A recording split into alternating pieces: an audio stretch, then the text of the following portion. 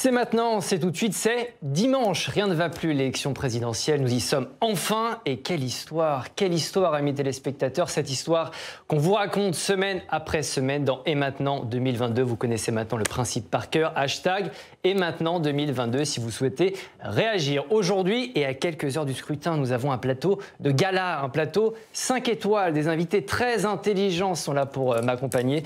Allez, je vous les présente. Anne-Rose Anchère, bonjour. Bonjour. Directrice déléguée de la rédaction de l'Express. Votre dernier livre, Un chagrin français, populisme, progressisme, vivre ensemble.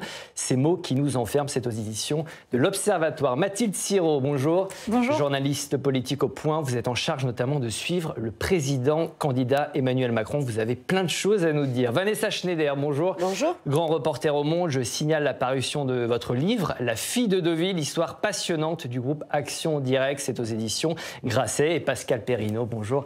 Bonjour. Professeur émérite à Sciences Po, votre dernier livre, on va le voir à l'écran, Le populisme, c'est aux éditions du PUF. Merci d'être là. Dans cette émission, on se demandera comment Jean-Luc Mélenchon pourrait passer par le trou de souris ce dimanche. Le trou de souris, c'est l'espace qui le sépare dans les sondages de Marine Le Pen. On se demandera si c'est jouable pour lui. On reviendra sur les sifflets contre Nicolas Sarkozy dans un meeting de Valérie Pécresse. Est-ce la fin d'une époque pour la droite? On se demandera aussi si l'affaire Jérémy Cohen aura ou non une influence ce dimanche dans les urnes. Et puis on fera le bilan de cette campagne, de cette étrange campagne de premier tour. Vraiment si mauvaise, si pourrie que ça, cette campagne, vous me direz dans un instant. Merci, Président Larcher. Mais d'abord, ça se précise. C'est un match retour Le Pen-Macron qui se dessine dimanche si l'on en croit les sondages. Faut-il vraiment se fier à ces sondages? Vous nous le direz dans un instant. En tout cas, Emmanuel Macron et Marine Le Pen, eux, se projettent déjà dans un éventuel second tour. Emmanuel Macron qui, cette semaine, a clairement fait de Marine Le Pen sa cible principale, même quand il répond au Premier ministre polonais dans le dossier ukrainien. Écoutez. Ces propos sont totalement à la fois infondés et scandaleux. Mais il ne m'étonne pas, il s'immisce dans la campagne politique française. Premier ministre polonais d'un parti d'extrême droite. Il a plusieurs fois reçu Madame Le Pen. Il la soutient. Il pense que c'est très mauvais pour moi de faire ces commentaires-là. Moi, j'assume totalement, d'avoir constamment, au nom de la France, parlé au président de la Russie. Anne, Le Pen, Macron, on connaît déjà la finale ou ça peut encore changer? Ça peut encore changer. Là, pour le coup, je pense que plus personne ne se risque à faire des pronostics définitifs, vu que la vie politique française et ailleurs, d'ailleurs, s'amuse souvent à déjouer les pronostics. Néanmoins, je pense que c'est quand même le scénario le plus probable. Aujourd'hui, quand on regarde tous les sondages, à moins que tous les sondages se trompent en même temps, il y a à peu près... Il faut vraiment se fier à ces sondages. Écoutez, c'est toujours la même question, mais... il faut jamais s'y fier quand on est dans la mesure de quelque chose d'extrêmement conjoncturel. Par exemple, on a vu les sondages juste après la victoire de Valérie Pécresse à la primaire. Il y a eu un effet dynamique loupe qui, à un moment, prend. Dans ces cas-là, il faut garder un petit peu les scénars. Justement, ce sondage, c'est la 9e enquête Ipsos Sopra Steria pour le Cevipof. Emmanuel Macron est à 26,5%, Marine Le Pen 21,5%, Jean-Luc Mélenchon à 16%. On connaît un peu le podium, c'est ça, le trio de tête, Pascal? Oui, le trio de tête, on le connaît, je crois. Là on ne devrait pas avoir de surprise. Mais en effet, il faut bien voir ce que sont devenus les électeurs. Vous citez cette enquête du Centre de recherche politique de Sciences Po. Très bon, c'est vite. Oui, que je connais un peu. Et quand vous regardez, par exemple, de janvier à aujourd'hui, plus d'un électeur sur deux a changé de préférence. Donc on n'est plus dans la volatilité marginale, hein. On est dans de la volatilité devient la règle. Et même le choix maintenant de dernier moment, ce que les Américains appellent le vote d'isoloir, hein. C'est-à-dire les gens qui vont se prononcer, pas aujourd'hui, pas demain, ils vont pas faire leur choix, ils vont se prononcer en rentrant dans l'isoloir dimanche, hein. Ça touche à peu près un quart de la population électorale. Donc il peut encore y avoir des surprises. Donc vous pouvez avoir des surprises, mais ça se fera dans ce trio de tête. Avec en effet tout de même une tendance qui est la tendance à la baisse régulière d'Emmanuel Macron depuis qu'il est rentré en campagne. Ça veut dire que la campagne d'Emmanuel Macron n'a vraiment pas convaincu, et deux dynamiques réelles, hein, que vous preniez la référence de mars ou au-delà, c'est plus 3 points, plus 2 points. Il y a une dynamique réelle de la part de Marine Le Pen et de Jean-Luc Mélenchon. Comment vous expliquez qu'après une pandémie, une guerre en Europe, on se retrouve 5 ans après, plus ou moins, avec les mêmes acteurs, Vanessa? Mais alors là, c'est multifactoriel. J'ai envie de vous dire, il y a l'effondrement de la gauche qui n'a pas su se reconstituer pendant cette période-là, c'est même beaucoup plus dramatique que ce qu'on aurait pu supposer, parce que la candidate PS soit créditée d'1,5% dans les sondages, jamais on n'aurait pu croire ça il y a encore quelques mois. Et puis, pour la deuxième fois consécutive, visiblement, le candidat de droite classique ne sera pas en mesure de figurer au second tour. Donc, on a quand même un changement systémique du paysage politique. Après, on est dans une configuration extrêmement particulière. Le mandat d'Emmanuel Macron a été marqué par cette pandémie qui a évidemment modifié tous les équilibres et les préoccupations des Français. Et puis la campagne avec la guerre en Ukraine qui a non seulement polarisé l'attention, mais qui forcément a renforcé l'équipe au pouvoir, puisque dans des moments de crise et d'inquiétude et d'anxiété extrême, le président sortant peut apparaître pour certains une valeur refuge. Et après, de l'autre côté, évidemment, on a cette montée continue des populismes qui n'est pas propre à la France, qu'on observe de partout, avec ce rôle décisif de la candidature d'Éric Zemmour, qui, au lieu d'affaiblir ce camp de l'extrême droite, finalement l'a renforcé et a redonné de l'oxygène à Marine Le Pen. Mais on se retrouverait, encore une fois, si on en croit les sondages, dans un duel qui suscite un rejet. Il va y avoir un vote anti-Le Pen et un vote anti-Macron. Vous ressentez, vous, sur le terrain, Mathilde, ce vote anti-Macron, peut-être, vous qui suivez Emmanuel Macron au quotidien? La campagne d'Emmanuel Macron est étrange et l'accueil qu'il reçoit aussi sur le terrain l'est tout autant. Il est assez difficile à percevoir parce qu'il est très partagé. Il y a d'un côté, évidemment, des personnes qui le soutiennent, qui l'encouragent plutôt à continuer sous une espèce de réflexe légitimiste. On en a parlé, dans un temps de crise, l'effet de drapeau, comme disent les... On se rassemble derrière le chef de l'État. Le job aussi, oui. L'expérience, la stature.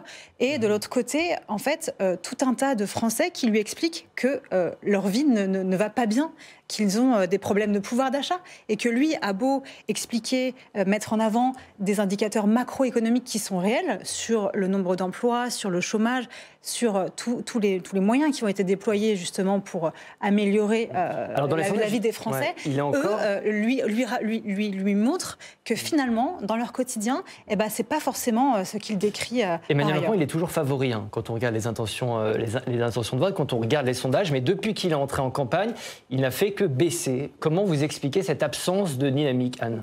D'abord, il y a eu l'effet de l'éloignement, du désarroi et de la stupeur de la guerre aux frontières de l'Union européenne. Au début, quand elle survient et quand elle surgit, il y a comme un réflexe légitimiste de se reporter sur le président en fonction, comme pour se dire on ne change pas de capitaine au plein milieu de la tempête.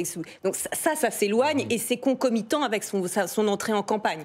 Donc mathématiquement, je dirais, de toute façon, cet effet là qui était une espèce de booster entre guillemets pour sa popularité s'estompe avec cet effet. Juste quand même, parce personne n'en a parlé là. La grande inconnue, le grand suspense de ce premier tour, c'est l'abstention quand même. Oui. On ne sait pas on ne sait pas vraiment la quantifier. Est-ce que ce sera autour comme la dernière fois? Est-ce que ce sera 29%, que c'était le record, je crois, de 2002? Est-ce que ce sera au-delà? Certains disent que ça peut aller jusqu'à des 35%, auquel cas ça peut avoir des effets qu'on a du mal. Alors d'abord des effets du fait qu'il faudra vraiment ouvrir les dossiers de cette espèce de fatigue, de mécontentement et de rancœur et démocratique, mais aussi ça peut avoir un effet sur le trio de tête, c'est-à-dire est-ce que ça va est-ce que ça obérerait plutôt la candidature de Marine Le Pen qui, on l'a vu, a été victime lors des dernières élections, les régionales, de cette forte abstention? Est-ce que au contraire c'est l'électorat macroniste d'Emmanuel Macron, de la campagne d'Emmanuel Macron. Il fait une bonne ou une mauvaise campagne, Emmanuel Macron? Il a fait une mauvaise campagne, oui. Parce que dans un premier temps, comme l'a rappelé Anne Rosencher, il monte dans les sondages. Avec le conflit ukrainien, il se renforce, il arrive à 30%, ce qui est à ce qui pourrait être un score de premier tour extrêmement élevé. Hein. Il y a de nombreux présidents qui ont été, Jacques Chirac et d'autres, qui ont été élus avec des scores de premier tour à 10 points inférieurs à ça. Et après, il s'érode parce qu'en effet, bon, au bout de la 4e, 5e semaine de conflit ukrainien, ça devient moins un enjeu, la peur s'atténue, ça devient moins un enjeu, et puis qui commet un certain nombre d'erreurs. Comme quelle erreur la Corse. La position sur la Corse, je pense, n'a pas été bien comprise, voire a profondément agacé. La promesse d'une autonomie pour la Corse. Oui, parce qu'il apparaît comme, il est apparu dans cette séquence-là comme vouloir éteindre tous les feux à tout prix pour pouvoir gagner des électeurs et avec des mesures un peu démagogiques pour faire plaisir à telle ou telle clientèle ou telle partie de la population. Et il y a enfin le scandale McKinsey qui est à la fois, je pense, pas forcément compréhensible par tout le monde, mais en tout cas, ce qui est compréhensible, c'est que ça renvoie Emmanuel Macron à une politique libérale, au président de l'argent, des riches, qui se soucie plus, en effet, des problèmes de pouvoir d'achat que rencontre l'essentiel de la population. Et ça, je pense que ça a un effet dévastateur parce que ça raconte un mode de gouvernance qui n'est pas celui...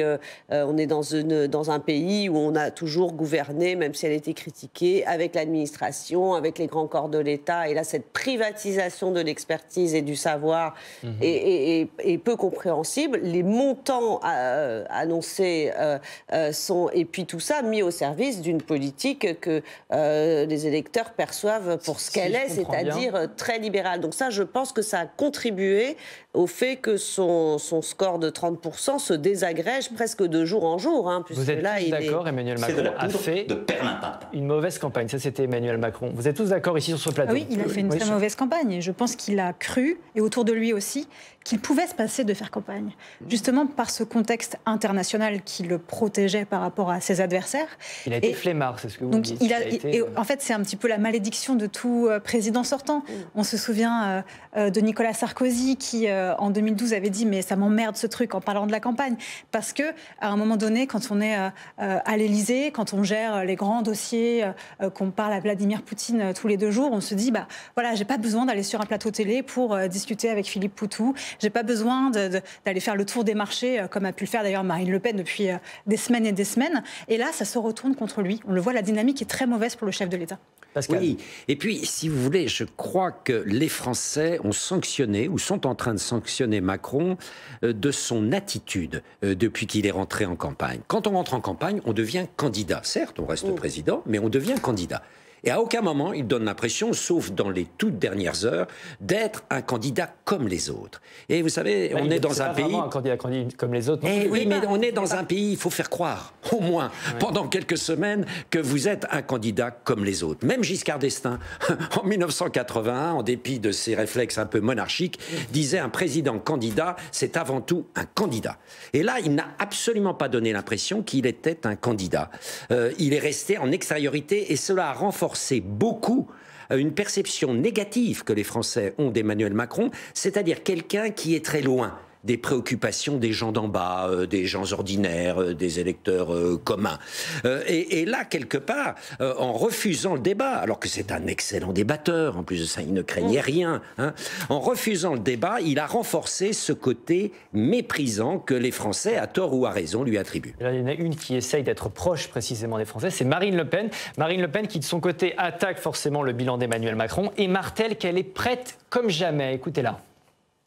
Je suis prête à gouverner le pays. Je sais comment je vais le faire, je sais avec qui je vais le faire. Est-ce que vous dites aujourd'hui merci Éric Zemmour? Je suis convaincue qu'au moment où on se parle, s'il avait renoncé à sa candidature, on serait en tête devant Emmanuel Macron dès le premier tour. Et quoi qu'on en dise, eh bien, ce serait une situation qui serait positive. Bon, c'est pas grave, hein, ça change rien. Il y aura de toute façon le deuxième tour, c'est une deuxième campagne. Et aujourd'hui, tout dit que je peux gagner cette élection présidentielle.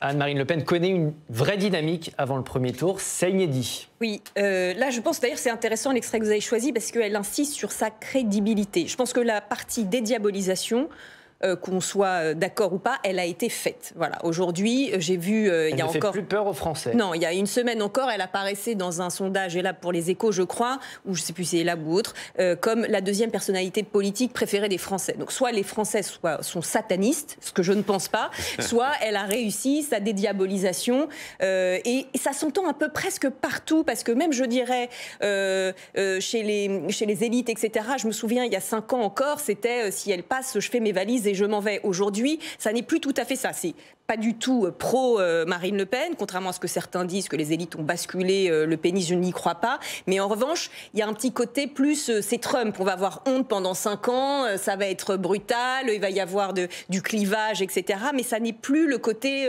qu'avait Jean-Marie Le Pen de vraiment le racisme, l'antisémitisme aux portes de l'Élysée. Je pense que les gens...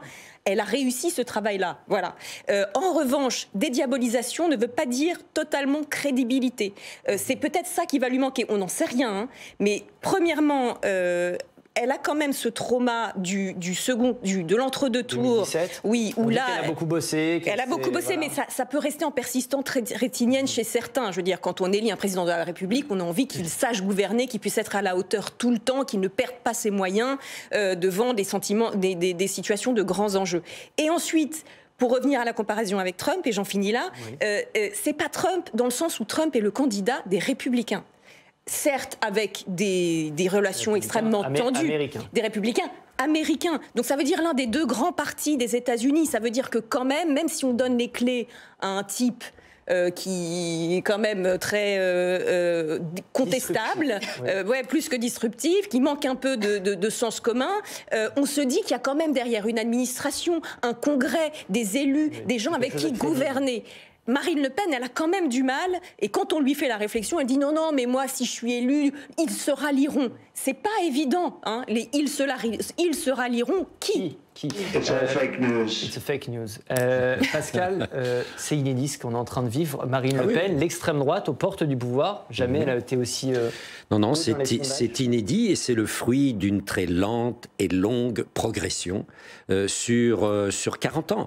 Hein, la décennie 80, le Front National est à 10, puis il va passer dans les années 90 à 15, puis il va être à l'orée des années 2000 vers 18-19, puis après, ça y est, il passe au-dessus de 20 pour passer à 33% tout de même, 33-34% au second tour de 2017, faut pas l'oublier, et maintenant, c'est devenu la norme. On annonce en effet un second tour. Certes, il y aura la campagne de 15 jours. On joue à se faire peur ou il y a vraiment Non, on ne joue pas à se faire peur. C'est une réalité. C'est une réalité. Le Front National est devenu Rassemblement National et haut, et Marine Le Pen est haute. Et elle a su, à la fin de la campagne, rencontrer ce que les Français avaient en tête, c'est-à-dire cette problématique du pouvoir d'achat. Hein. Et on s'est dit, la guerre va cacher le pouvoir d'achat. Pas du tout. La guerre a accentué la problématique du pouvoir d'achat, puisque les Français, ils sont très, très simples. Ils vont chercher de l'essence, ils paient leur fuel, et maintenant, ils s'aperçoivent que quand ils vont au restaurant, quand ils vont au supermarché, les prix ont augmenté. Et ils sont exaspérés, en plus de ça, par le discours dominant qui consiste à leur dire mais pas du tout, pas du tout, tout va bien, puisque en moyenne, le pouvoir d'achat moyen a augmenté. Le seul problème, c'est que les gens ne vivent pas de moyenne. Mathilde, le pouvoir d'achat, c'est un sujet qui a peu été évité par Emmanuel Macron d'une certaine manière. C'est souvent un thème qui est mis plutôt au débit du président. C'est-à-dire qu'effectivement, on a beau expliquer par des études, par des chiffres, qu'on a mis 20 milliards pour améliorer le pouvoir d'achat, qu'il y a eu des minima sociaux qui ont été réévalués, le minimum retraite, l'allocation adulte handicapé, plein de mesures en ce sens. Mais aujourd'hui, voilà, Pascal l'a très bien expliqué, il y a eu des événements qui ont fait que la vie est plus chère, il y a l'inflation, il y a les conséquences de la guerre en Ukraine sur le porte-monnaie des Français. Et ça a peut-être été un tout petit peu aussi sous-estimé politiquement par Emmanuel Macron, parce qu'on le voit dans son programme, quand Marine Le Pen dit sur le terrain, moi, ce que je vais faire, je vais baisser la TVA sur les carburants, je vais la supprimer pour un certain nombre de produits, Emmanuel Macron, il répond, je vais mettre en place un dividende salarié. C'est une mesure qui est beaucoup plus compliquée à comprendre, et les Français se disent, concrètement, en fait, ça ne va pas du tout améliorer, là, ma vie, mon niveau de vie dans les jours à venir. Donc c'est vraiment l'écueil aussi qu'il a pu avoir dans cette campagne. Et ça, Marine Le Pen, elle arrive à parler aux Français plus qu'avant, de manière différente? Elle arrive à parler aux Français parce qu'elle est sur deux thèmes qui sont montés ces dernières années. Donc là, on l'a bien dit, sur le pouvoir d'achat, s'adresser aux plus défavorisés, aux plus précaires, à ceux qui s'inquiètent le plus de l'avenir. Et en même temps, elle est présente sur les problématiques de l'immigration, de l'islam. Donc elle joue sur les deux sujets d'inquiétude des classes populaires ou moyennes en général.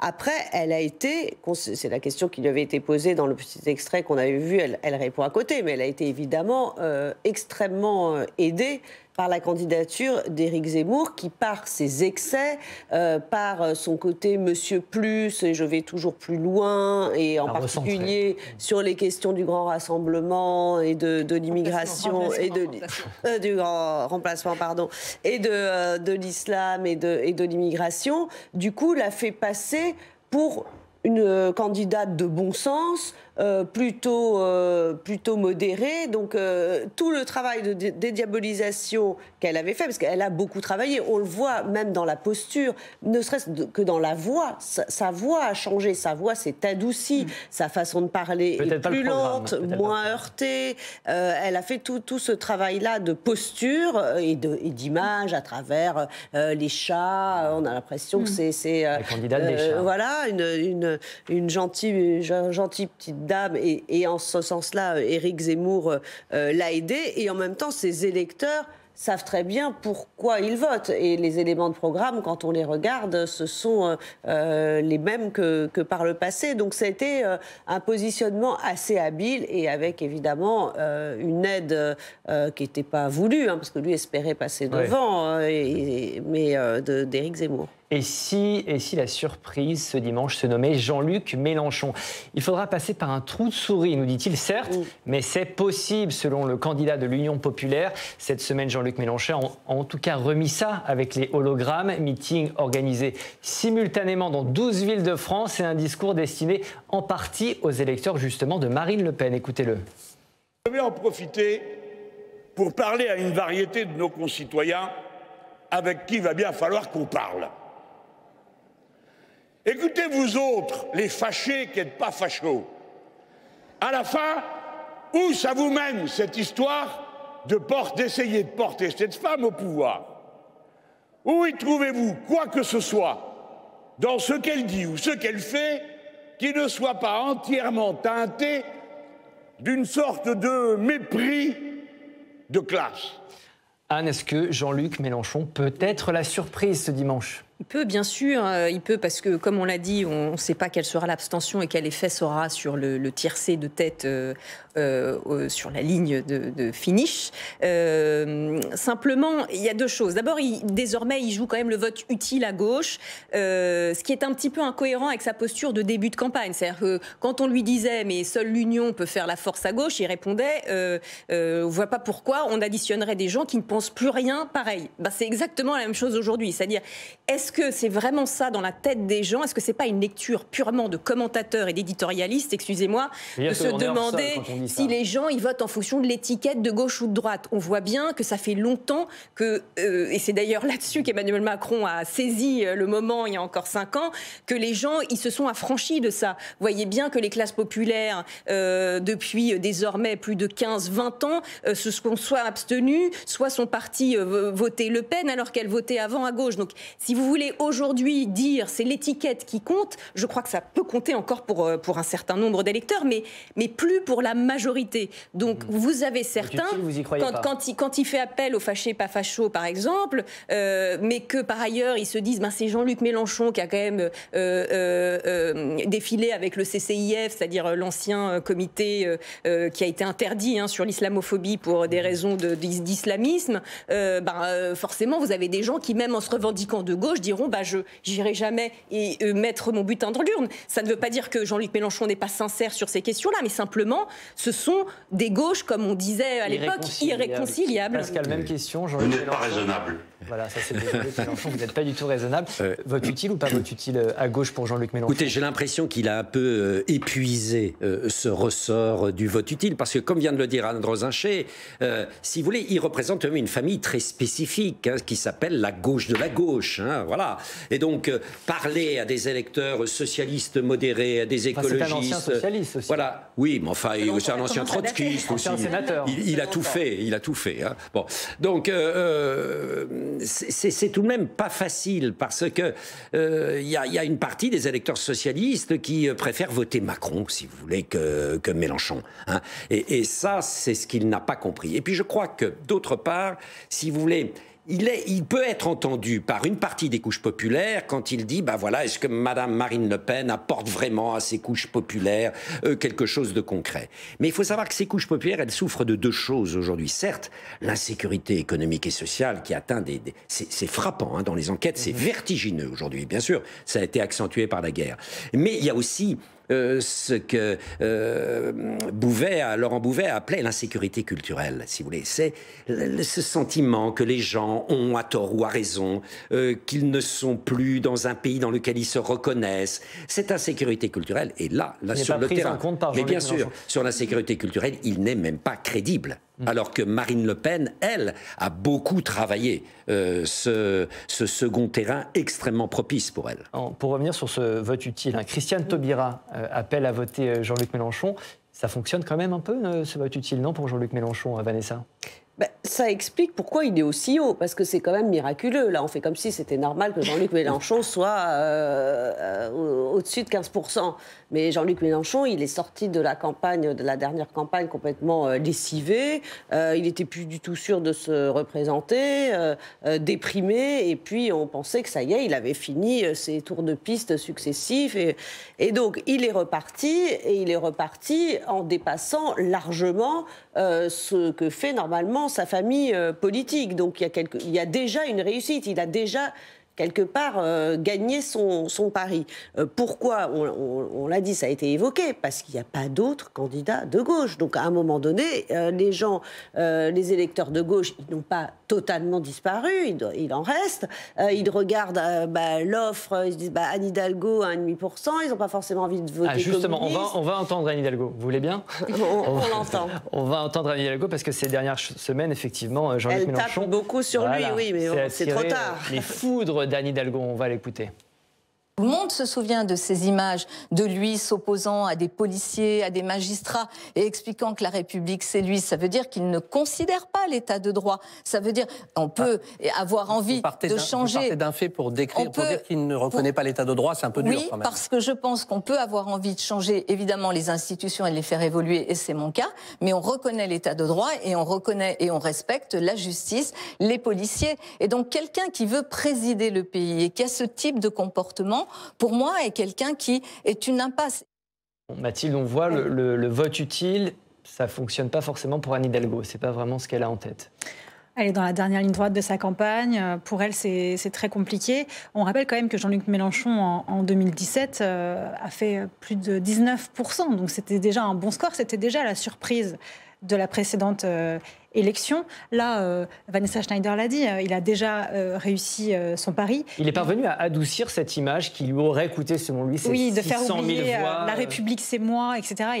Il a réussi effectivement à cet exercice d'apaisement. Il va avoir un rôle, en tout cas, très important à jouer, s'il est effectivement le troisième homme de cette élection, dans l'entre-deux tours. Parce qu'il y a un phénomène qui est pris très au sérieux par Emmanuel Macron et ses soutiens, c'est le phénomène rouge-brun. C'est-à-dire l'absence de porosité entre les électeurs de Jean-Luc Mélenchon et ceux de Marine Le Pen. Et ce fameux tout sauf Macron dont on parlait tout à l'heure. La porosité. Oui. La porosité entre les électeurs de Jean-Luc Mélenchon et de Marine Le Pen. Mais c'est pour ça qu'Anne Hidalgo, le problème c'est qu'elle est mal placée pour le faire et qu'elle n'a pas une audience suffisante, mais cet argument-là sur la République, en rappelant ces images très fortes de Jean-Luc Mélenchon face aux magistrats et aux policiers, et elle sait très bien ce qu'elle fait, c'est qu'elle sait qu'il y a toute une partie de la gauche qui ne votera jamais Jean-Luc Mélenchon pour ces raisons-là. Donc elle appuie là où ça fait mal, sur son point faible et sur ce qui peut l'empêcher d'arriver au second tour. Après, est-ce que le fait que ça vienne d'elle, mais je pense que ça va être un des arguments, évidemment, aussi repris. Alors parlons d'Anne Hidalgo. Anne Hidalgo, c'est un problème d'incarnation, c'est un problème de ligne politique. Je vois Anne, vous souriez. Pourquoi vous souriez? Parce qu'à ce niveau-là, on a envie de vous dire, c'est certainement avoir plusieurs problèmes. Je crois aux forces de l'esprit. Voilà, un certain je ne vous François quitterai Mitterrand. pas. Anne Hidalgo, je pense que c'est à la fois la faiblesse de la candidature elle-même, mais ne chargeons pas trop sa barque à elle. À mon avis, c'était quasiment mission impossible. Le Parti socialiste avait découvert lors de la dernière élection à quel point, finalement, en perdant toute une partie de ses électeurs, il s'était réduit à un étiage de... C'était 6% qu'avait fait Benoît Hamon, l'étiage de, pour reprendre la formule d'Éric Conan, la gauche sans le peuple, c'est-à-dire quand on finit par n'être qu'une espèce de petit segment sociologique, on peut plus parler à tout le monde, être un grand parti fédérateur, et plutôt que de se dire au lendemain de cette élection, il faut absolument relever le gant doctrinal, revenir sur des sujets, qu'est-ce qui peut parler à la gauche populaire, etc. Ils ont été dans le déni, et même quelque part, parce que si vous voulez, il y a encore des élections locales où ils nous disaient finalement, vous voyez, on existe encore, sauf qu'ils n'ont pas compris que entre désormais, il y a deux types de votes, vraiment. Comment on vote pour les élections locales, ça n'est plus du tout idéologique, on vote pour la personne qui est déjà en place, qui sait gouverner, qu'on connaît, etc. Et qu'est-ce qu'on représente de façon nationale? Le Parti socialiste, plus grand-chose. Et aujourd'hui, certains me disent, pour les avoir suivi leur campagne, qu'ils ont fait une campagne de déni. En plus, ils sont comportés comme s'ils étaient à 20% depuis le début. Je veux dire, les gens regardent le Parti socialiste, pour ça que vous me disiez je rigole, mais je pense que tout le monde rigole de façon lunaire. Alors, il y a un côté lunaire. On va ouvrir un autre dossier maintenant. On va ouvrir le dossier de la droite et de Valérie Pécresse. La candidate LR espérait, elle aussi, disputer la finale, mais si l'on en croit les sondages, elle pourrait bien finir à la 5e place derrière Éric Zemmour. Est-ce qu'une page est en train de se tourner pour la droite? En tout cas, une page semble se tourner dans les relations entre la droite et Nicolas Sarkozy. Nicolas Sarkozy. Je ne voulais absolument pas cette réaction. S'il y a eu au début du meeting quelques électeurs tristes, c'est la réalité. Voilà, c'est la réalité. Et vous, ça vous rend triste que Nicolas Sarkozy ne vous soutienne pas? Nous avons, avec infiniment de respect, fait applaudir Nicolas Sarkozy pour le rôle qu'il a eu, ne fait plus partie de l'histoire pour vous. qu'il a eu pour la France. Mathilde, ça sent la fin d'une ère quand même, là, à droite. À droite, c'est vrai qu'autour de Valérie Pécresse, il ne reste plus que le noyau dur vraiment des Républicains.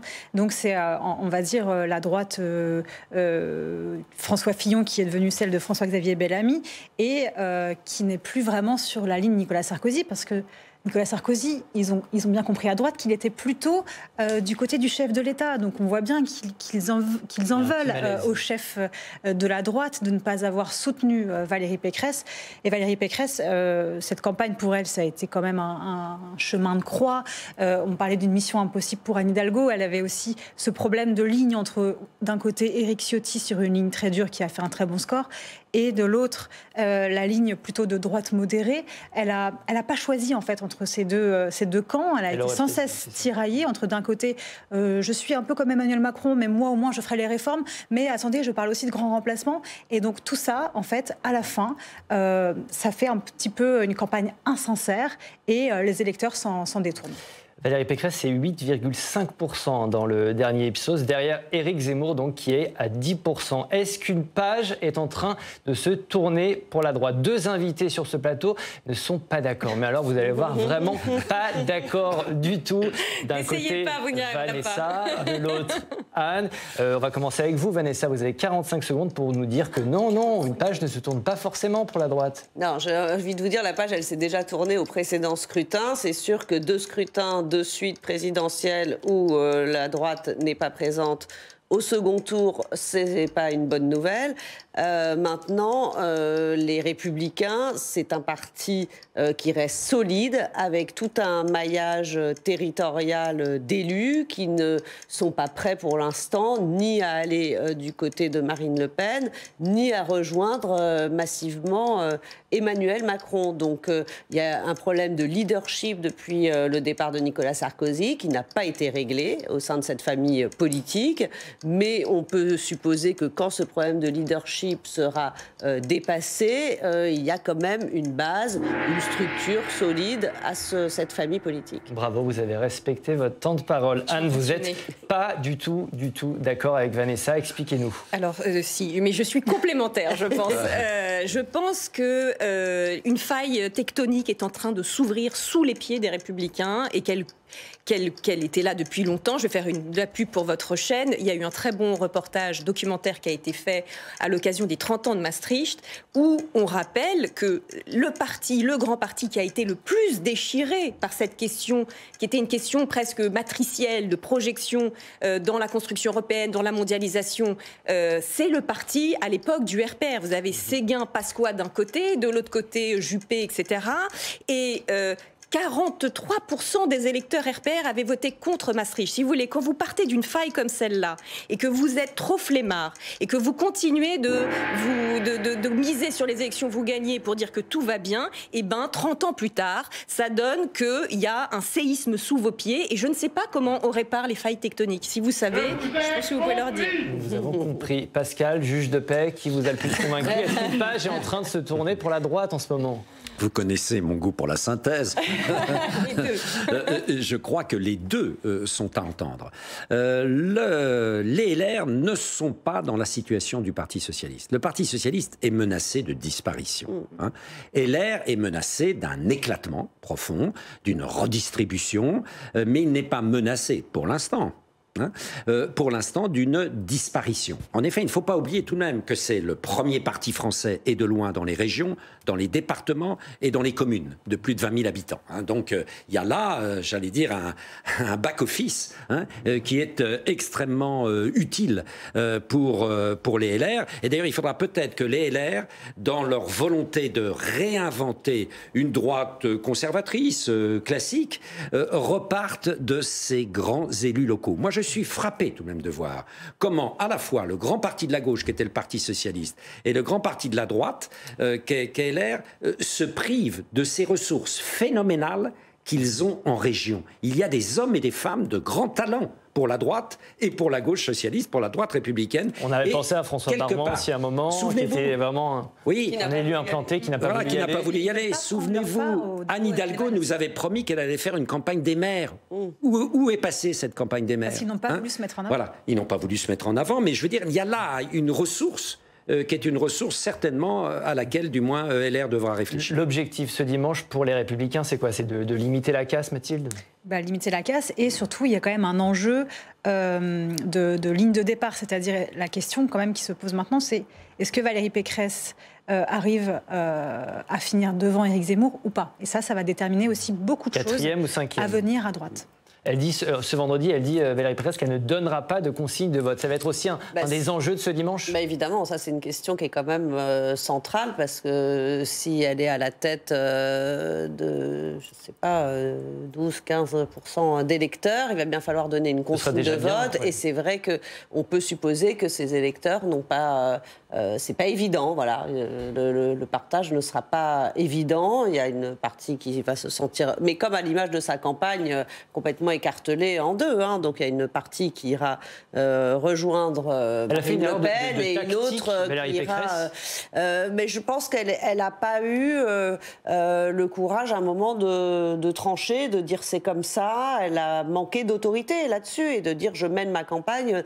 Nicolas Sarkozy, une fois qu'il est candidat, il dit voilà, moi je mène ma campagne avec les gens que je veux, sur le thème que je veux, et puis vous suivez ou vous suivez pas. Et puis comme il y avait une dynamique, tout le monde a suivi. Mais tout le monde n'était pas d'accord au départ non plus avec les thèmes de campagne. Et quand on veut ménager tout le monde parce qu'on est issu d'une primaire où il faut...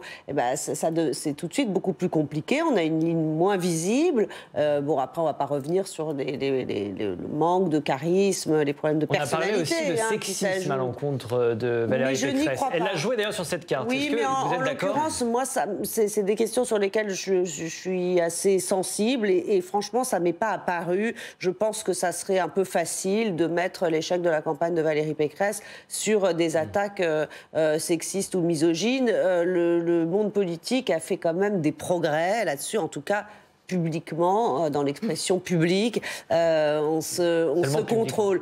Mais en effet, l'enjeu du second tour, il est fondamental et elle n'a pas d'autre choix que de ne pas donner de consigne de vote parce que tout simplement, ces électeurs seront divisés sur la question du second tour. Anne. Là-dessus, je suis complètement d'accord avec Vanessa. Je pense que... De toute façon, il ne faut pas se moquer des gens. Ils ont vu les images, ils ont vu à quel point elle était mauvaise oratrice, et ce n'est pas une question d'homme ou femme. Après, est-ce que le sexisme n'est pas quelque part dans ses équipes d'avoir absolument voulu lui imposer un exercice dans lequel elle n'est pas bonne, sous prétexte qu'un président, qu'un impétrant à la présidence doit avoir cette espèce de geste gaulienne, etc. Elle avait d'autres atouts. Et juste pour finir là-dessus, quand Éric Zemmour à la convention de la droite, il y a très longtemps, avait été un très très piètre orateur. On ne s'était pas gêné pour le dire. Et pour dire à l'époque que ça a obéré ses chances, il a fait des progrès sur cette question, mais personne nous a dit que c'était sexiste, si vous voulez, à ce moment-là. Les talents d'orateur ne dépendent pas du chromosome X ou Y, Et ça peut s'apprendre. L'affaire Jérémy Cohen va-t-elle avoir une influence sur le scrutin ce dimanche? C'est notre 4e thème. Jérémy Cohen, vous savez, c'est ce jeune homme de confession juive percuté par un tramway à la mi-février. La détresse de sa famille s'est invitée dans la course présidentielle cette semaine. Sa famille a d'abord réclamé l'attention d'Éric Zemmour. Elle lui a demandé de se saisir du drame. Écoutez. Dans quel pays vivons-nous où un jeune homme peut se faire comme ça, massacrer et mourir parce qu'il a voulu se balader dans la rue à Bobigny? Et dans quel pays vivons-nous où une telle omerta médiatique, politique, a lieu? Je pense que vraiment, je vous assure, Gilles Boulot, c'est pour ça que j'ai beaucoup réfléchi avant de vous donner cette mesure. Je pense que c'est le sens profond de ma candidature, de protéger ces gens-là et ces Français, et que la France redevienne un pays paisible. Pascal, est-ce que l'affaire Jérémy Cohen va peser sur le vote ce dimanche? Écoutez, je ne crois pas qu'elle pesera comme, par exemple, l'affaire de Papivoise avait pesé en 2002 où ça avait joué. Rappelez-nous, Papivoise, peut-être. Papivoise, c'était un pauvre R qui, dans un quartier populaire d'Orléans, s'était fait tabasser, passer à tabac. Et il y avait eu de multiples reportages sur cette violence caractéristique de certains quartiers qui avaient beaucoup œuvré dans le sens d'afficher le thème de l'insécurité au quotidien au premier plan de la campagne de 2002. Et ça avait été considéré à l'époque comme un des facteurs qui avait permis à Jean-Marie Le Pen de s'inviter. Pour vous, on est dans un scénario différent aujourd'hui. On est dans un scénario parce que l'affaire est en train d'être instruite. Pour l'instant, le procureur ne retient pas, pour l'instant, on verra ce qu'il en est, ne retient pas pour l'instant la dimension d'antisémitisme.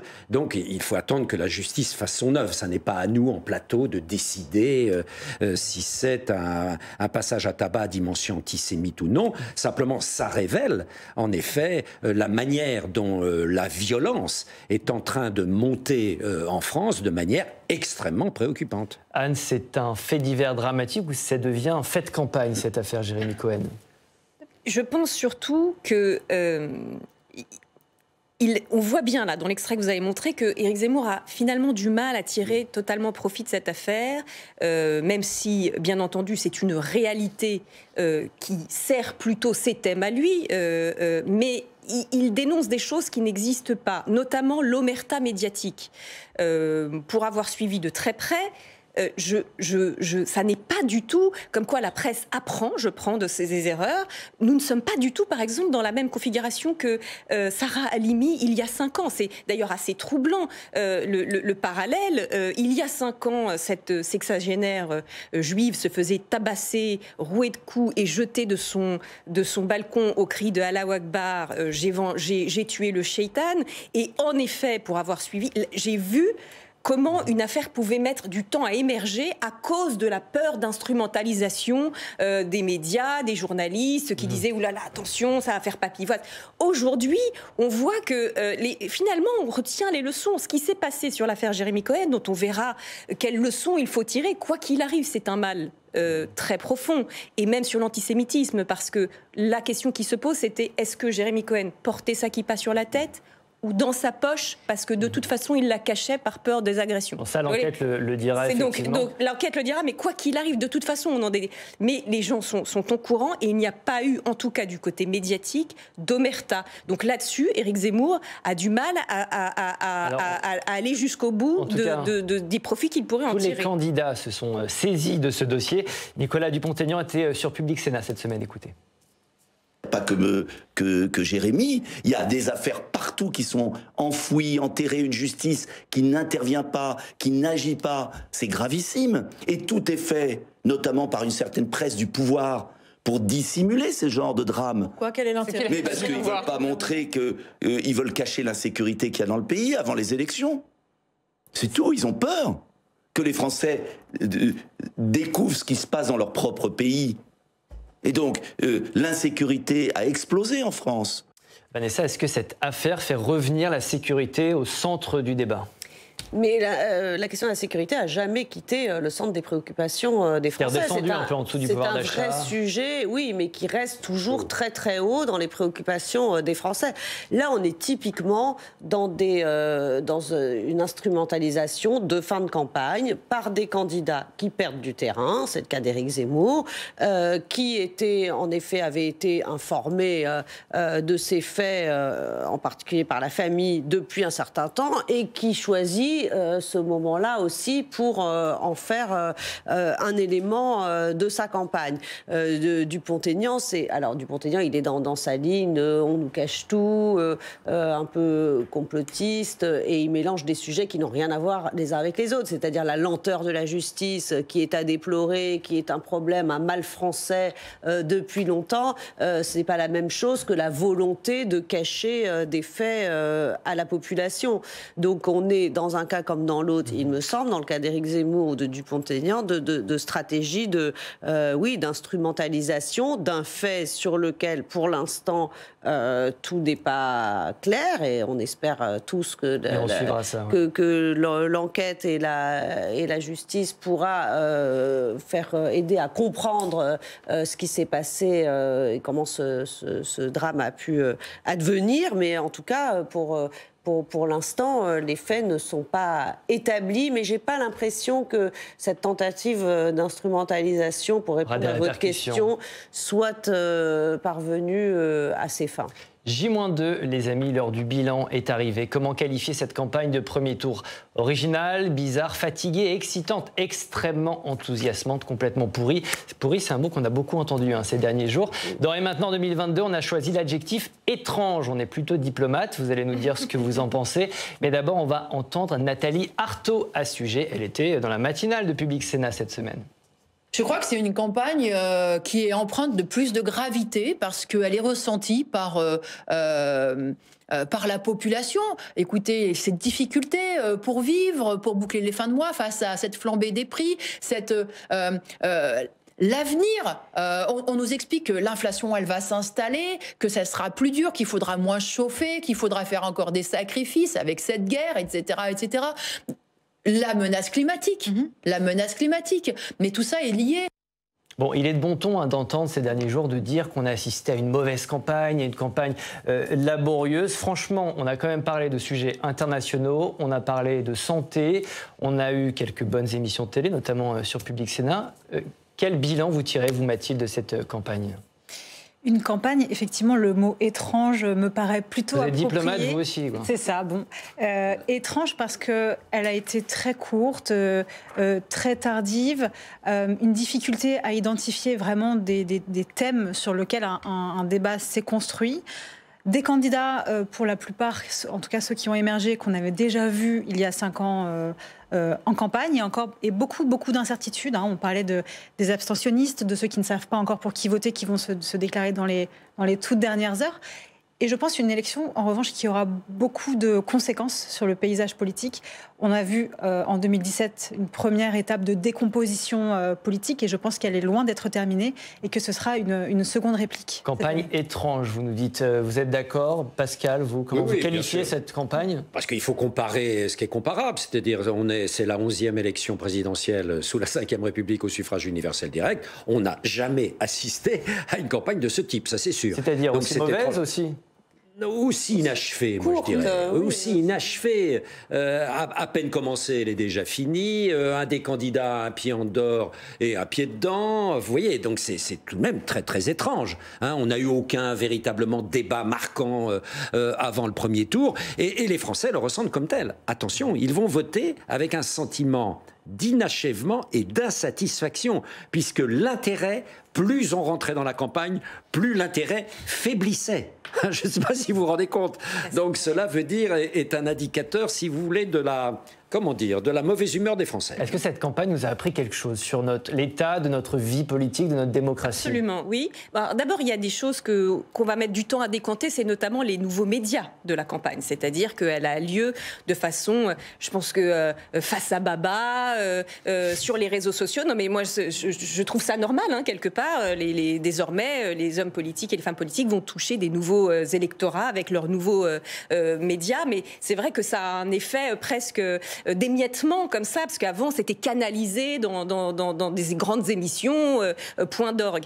Et rapidement, je pense aussi que c'est dû au paysage politique qu'on a tenté de dessiner depuis le début. Quand vous avez l'assèchement du Parti socialiste et des Républicains, le problème, si vous voulez, c'est que maintenant vous avez le candidat officiel, comme dans le Second Empire, qui est le président sortant, qui brasse extrêmement large de la social-démocratie jusqu'à la droite conservatrice, on va dire, et après, vous n'avez plus que les extrêmes, c'est-à-dire une opposition, d'ailleurs que vous la placiez aux extrêmes ou pas, qui paraît quand même comme peu crédible, même si on a dit depuis le départ qu'il y avait désormais une hypothèse que Marine Le Pen puisse l'emporter. Mais globalement, je pense que si vous avez cette espèce de tout ce qui ne fait pas le jeu du pouvoir fait le jeu des extrêmes, eh bien, comment voulez-vous avoir autre chose qu'un simulacre de débat démocratique? Ouais, votre enseignement, un enseignement peut-être Vanessa. On nous disait, les experts nous disaient que les sujets internationaux, ça comptait pas forcément. On a été démentis. Oui, parce que là, ce sont des sujets internationaux qui nous impactent directement. Et qui vont continuer à nous impacter. Donc, ce n'est pas des sujets internationaux. C'est vrai que les questions internationales, en général, ne jouent pas. Là, c'est différent. C'est une guerre qui est à nos portes, qui a des conséquences économiques, en matière de flux de population, sur les matières premières, maintenant, on nous dit sur le blé, sur le pouvoir d'achat des Français. Donc, c'est très déstabilisateur. Mais il ne faudrait pas en déduire, parce que cette campagne, en effet, ne ressemble pas aux autres. Moi, c'est la 5e que je suis en tant que journaliste politique. C'est pas parce qu'elle ne ressemble pas aux autres, de par son côté fractionné, de par sa durée, aussi, mais qu'il faudra en déduire que le président issu de cette élection a un problème de légitimité. Et ça, c'est un sujet qu'on sent déjà pointé par ceux qui savent qu'ils vont être battus, de décréter déjà à l'avance que le président élu n'aurait pas été élu démocratiquement puisqu'il aurait manqué un débat.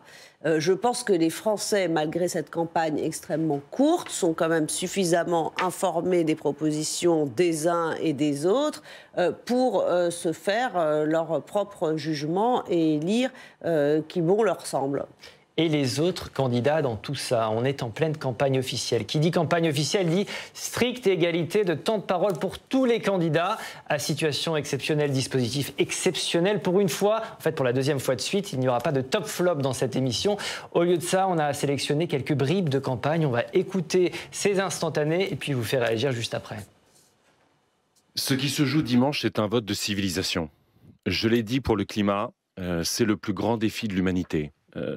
Toute l'idée même qu'on peut avoir du progrès, toute l'idée même qu'on peut avoir des libertés, toute l'idée même qu'on peut avoir de nos conditions d'existence, aujourd'hui sont percutées par le dérèglement climatique, l'effondrement de la biodiversité, avec ses conséquences en matière de guerre, d'inégalité sociale et de perte de démocratie. Donc, voter écologiste dimanche, c'est voter pour enfin engager les grandes transformations. Si on veut répondre à ces urgences sociales-là, il faut des moyens financiers. Et les moyens financiers, la grande idée qu'on a, mais que beaucoup n'ont pas malheureusement, c'est de prendre dans la poche des milliardaires qui aujourd'hui volent l'argent à la collectivité. Donc il faudra prendre, alors c'est une question de rapport de force, ça sera une question de combat politique et sociaux, ça veut dire une mobilisation populaire énorme.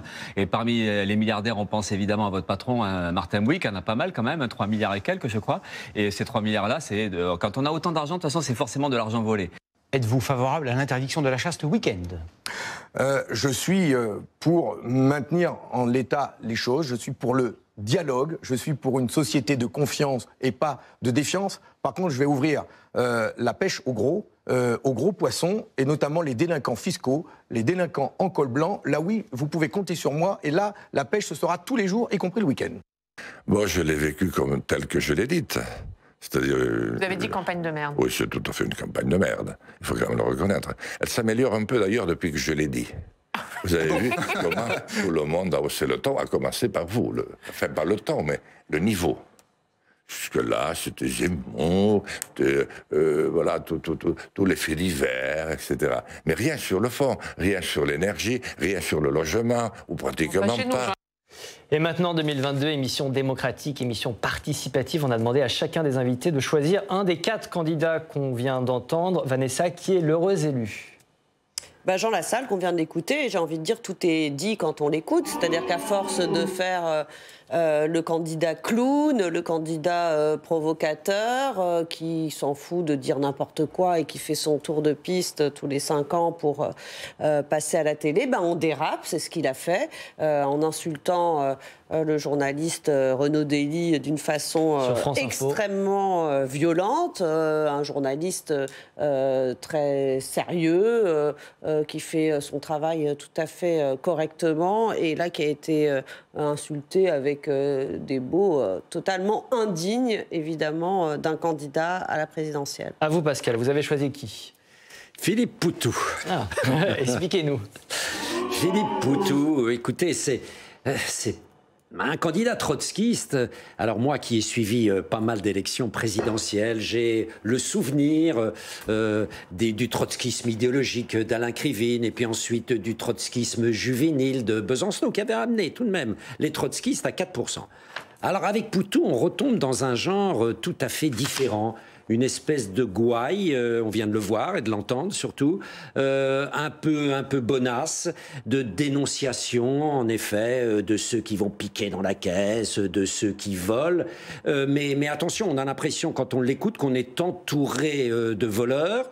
Et quelque part, il y a un trait de tempérament derrière le côté souriant, bonasse de Philippe Poutou, qui est un peu inquiétant et que l'on retrouve souvent en France et que j'appellerais l'angélisme exterminateur. Mathilde, c'est à vous. Yannick Jadot, parce qu'on l'a entendu dans l'extrait que vous avez montré, il parle d'un défi de civilisation concernant le défi climatique, l'écologie, etc. Pourtant, dans cette fin de campagne, il a l'air quelque part un peu effacé. Il y a des grands enjeux, il y a le rapport du GIEC, beaucoup d'alertes sur l'environnement. Il avait aussi un boulevard électoral quelque part parce que le quinquennat d'Emmanuel Macron a été beaucoup critiqué sur cette question-là, après le départ de Nicolas Hulot, beaucoup de dossiers qui ont été un peu en suspens, le glyphosate, etc. Il a gagné des municipalités et cette campagne, pour lui, elle a été compliquée. Il a été empêtré sur ses affaires de parti, Europe Écologie Les Verts, la primaire, et il faut que je termine. Je passe la parole à Anne. Beaucoup de flops. Anne, c'est un flop, c'est un top. Vous, vous avez choisi qui? J'ai pris Fabien Roussel. C'est un cas intéressant, Fabien Roussel, dont on est convenu désormais qu'il faut dire c'est le candidat de la gauche préféré de la droite pour le discréditer. Et pour moi, c'est symptomatique de la bêtise à gauche depuis quelques décennies qui consiste à ne définir ce qui est de gauche que en fonction de ce qui est hué ou décrié par la droite, qui n'en revient pas qu'on lui ait donné ce pouvoir magique de discréditer, de disqualifier tout diagnostic populaire, toute tentative de refondation d'une gauche populaire par le simple fait de ses applaudissements. Avec Fabien Roussel, il y a un hic, parce qu'il est communiste, donc c'est compliqué d'expliquer que le gars est de droite. Alors, c'est aussi ce qui limite. Il va pas faire un très gros score. Hein. La base électorale du communisme en France, c'est pas extraordinaire. Mais il peut avoir ouvert la brèche pour ceux qui veulent relever le gant, qui veulent s'engouffrer dans un discours qui ne disqualifie pas les diagnostics de l'électorat populaire à gauche. C'est le mot de la fin. Merci beaucoup. Merci à tous les 4. Merci à vous, chers téléspectateurs, derrière votre écran. Ça y est, on y est. juillet, J-2, 48 heures pour choisir définitivement votre candidat. Si vous hésitez encore, vous pouvez revoir cette émission en replay et en podcast pour vous faire un avis beaucoup plus tranché. Restez informés, restez sur Public Sénat et surtout, votez ce dimanche, c'est important. On se retrouve la semaine prochaine, même jour, même heure, même endroit. Bon week-end à tous, bye bye.